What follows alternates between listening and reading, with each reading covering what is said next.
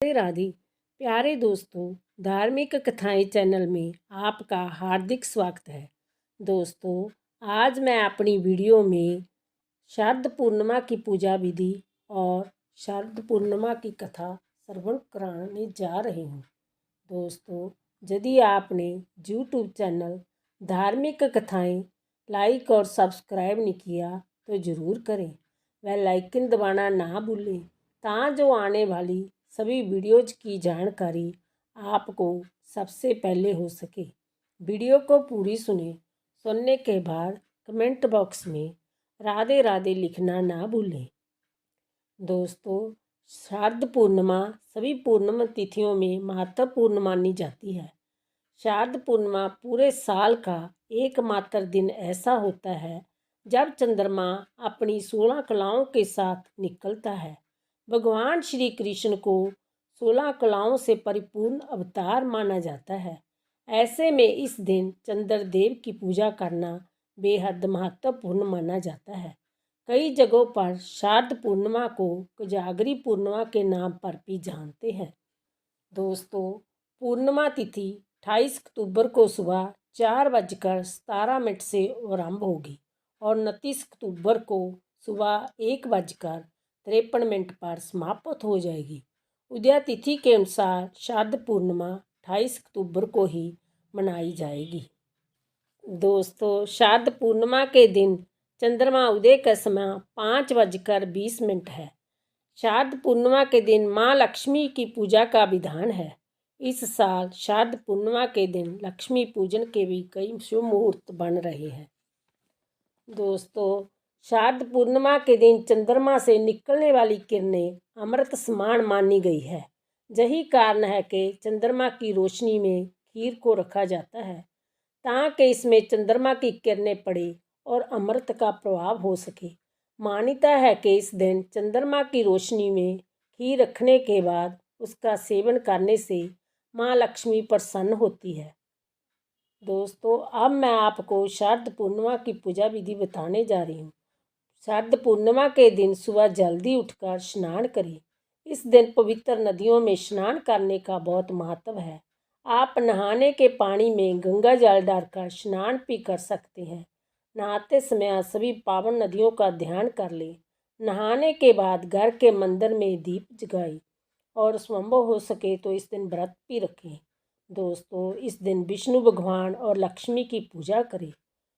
विष्णु भगवान को फल फूल, चंदन, अक्षत, मौली अर्पित करें और तुलसी दल भी अर्पित करें, क्योंकि तुलसी दल के बिना श्री हरि विष्णु की पूजा अधूरी मानी जाती है। दोस्तों, अब मैं आपको शारद पूर्णिमा की कथा श्रवण कराने जा रही हूँ। प्राचीन काल में एक साहूकार था। उसके 2 पुत्रियां थीं। दोनों ही शारद पूर्णमासी का व्रत रखती थी। दोनों के व्रत में एक अंतर था। एक तो शारद पूर्णमासी का व्रत पूरा रखती थी, दूसरी आधा रखती थी। साहूकार की दोनों पुत्रियां विवाहित थीं। साहूकार की जो पुत्री शारद पूर्णमासी का पूरा व्रत रखती थी, उसके सुंदर तथा दीर्घायु संतान उत्पन्न होती थी।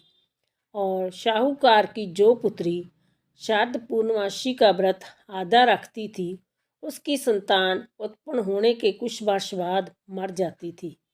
इससे दुखी होकर साहूकार की उस पुत्री ने पंडित को बुलाकर कहा, क्या कारण है?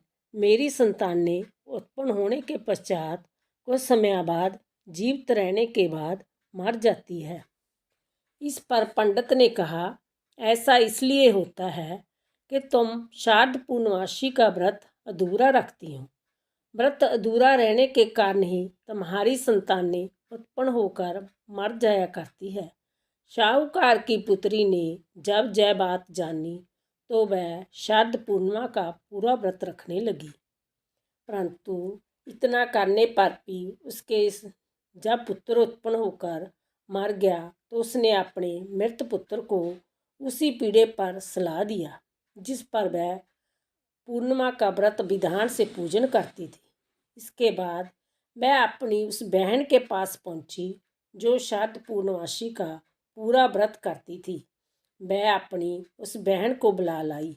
जब वह आई तो उसने उसके बैठने के लिए वही पीढ़ा सरका दिया जिस पर उसका मृत पुत्र लौटाया हुआ था।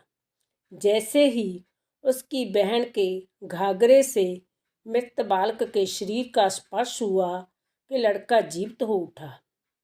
इस पर उसकी बहन बोली, अगर मैं बिना देखे इस पीढ़े पर बैठ जाती तो तुम्हारा जय पुत्र मर जाता।